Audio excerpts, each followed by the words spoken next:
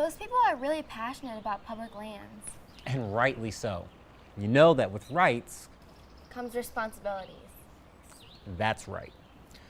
There are lots of problems facing public lands. The issues may be slightly different from forest to forest and from park to park, but some common problems are the invasion of non-native plants and animals so that the ecology changes. The climate is changing. There's the encroaching development and urbanization. Some places suffer from overuse. We call that being loved to death. Well, aren't you just a ray of sunshine today? There are lots of scientists who are studying these issues to gather data. And once you have information, you can look for solutions to problems. We can all help out in one way or another.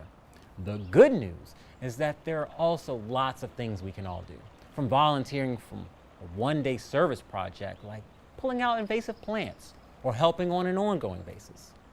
Lots of public places have what they call friends groups. And they get together regularly to help with different projects. Some of the land management agencies even have public land corps. These are younger people who are usually about 16 to 24 years old. They might live in cabins or even tents and work on a national forest, and work as a team to build trails and bridges. I helped out once with National Public Lands Day. Yes, NPLD, National Public Lands Day. That happens right around the end of September. You can volunteer at sites all across the country. So it's a great way to start getting involved and connect with nature. It's also intergenerational, which means that there's something for everyone to get together and all play their part.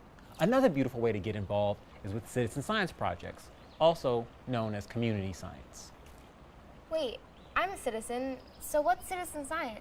It's when someone who isn't exactly a professional in that field is taking part in the scientific process.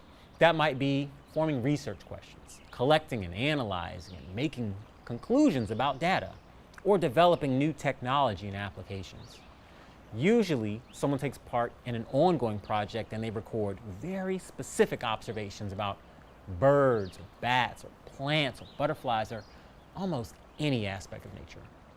Anyone, and I mean anyone, can be a citizen scientist. And the best part about it is it can take place anywhere, on public land or even in your own backyard. So kids can do this too? Oh, absolutely. For example, the Helena, Lewis and Clark National Forest in Montana, which isn't too far from here, has a 6-week program for high school students. The students monitor soil, water, and weeds by gathering, analyzing, and interpreting the data that they collect. They monitor areas that have been impacted by wildfire, old mining claims, water, grazing, and even recreation. Forest Service scientists guide their work, and the data that the students collect is put together with other information and used to evaluate the forest plan. Now see, we're back to that forest plan again.